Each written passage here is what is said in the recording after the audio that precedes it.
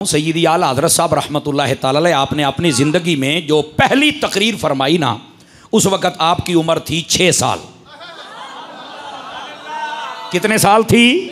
6 साल। 6 साल का छोर केड़ा को है, आप समझ सकते हैं। 6 साल के बच्चे थे और आला हज़रत साहब रहमतुल्लाह अलैह को अल्लाह ने ये कमाल बख्शा था, छोटी उम्र में भी आपकी ज़बान बिल्कुल सुथरी थी, तोतली नहीं थी। ये आला हज़रत साहब रहमतुल्लाह अलैह को अल्लाह पाक ने कमाल बख्शा था, समझ आई।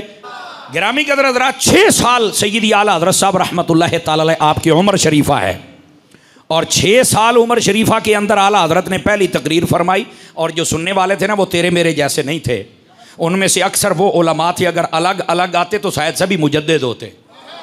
इतने बड़े सिका उलमा थे। आला हज़रत ने उनके सामने तकरीर फरमाई और वहाँ पर पता क्या पॉइंट आउट किया, जो नुक्ता बयान किया। आप कहते हैं, लोग हमें कहते हैं कि 12 रबीउल अव्वल को बड़ा नबी नबी करते हो, बड़ा या रसूलल्लाह कहते हो, बड़ा आमद मुस्तफ़ा के नारे लगाते हो, क्यों लगाते हो? फरमाया, ईमान से बताओ, जब वो नबी दुनिया में आए थे 12 रबीउल अव्वल को, आते ही किसे याद किया?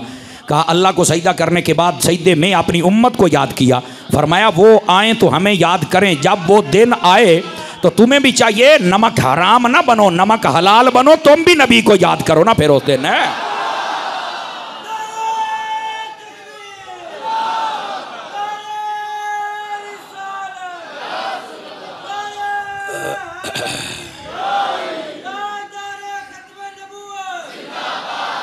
गिरामी कदर हजरात, ये है असल बात। महबूब करीम को क्यों याद किया जाता है?